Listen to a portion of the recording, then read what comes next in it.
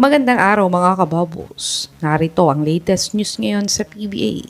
Coach Yang Yao may bad news sa semifinals. Bobby Ray Parks Jr. balik PBA na. Pinoy top overseas player magpapadraft na sa 51st draft.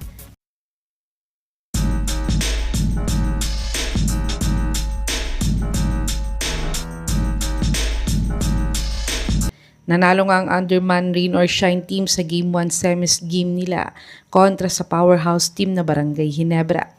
Sobrang ang daming players ng Rain or Shine na may injury ngayong conference.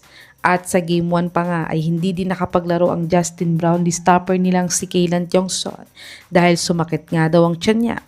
At nadagdagan pa sila ng injured players sa Game 1 nang ma-injured ang big man nilang si Luis Villegas.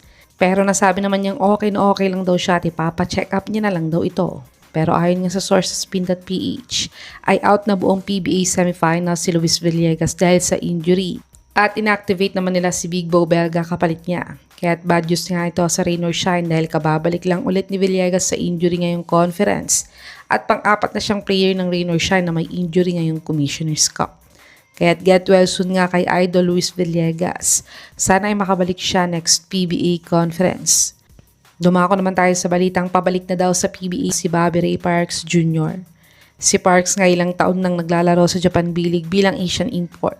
Matapos nga niyang iwan ng former team niyang TNT sa PBA. At ngayon nga na-wave siya ng current Japan B-League team niya after ng 2025-2026 JBL season. Pero ayon nga sa reports ito ay may mga offers daw siya international at sa Pilipinas ngayon.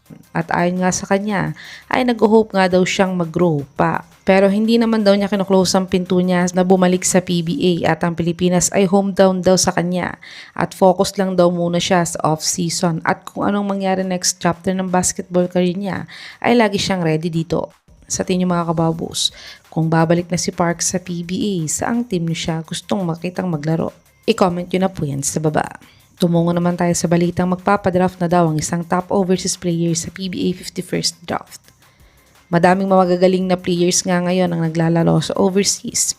Meron ngang Japan B-League at Korean B-League. Pero isang player pa lang ang nakapaglaro sa Dubai Basketball at ito nga si 3D Ravenna.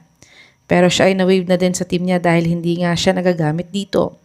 Pero siya nga ay na-interview kahapon sa isang event ng Japan B-League sa Pilipinas.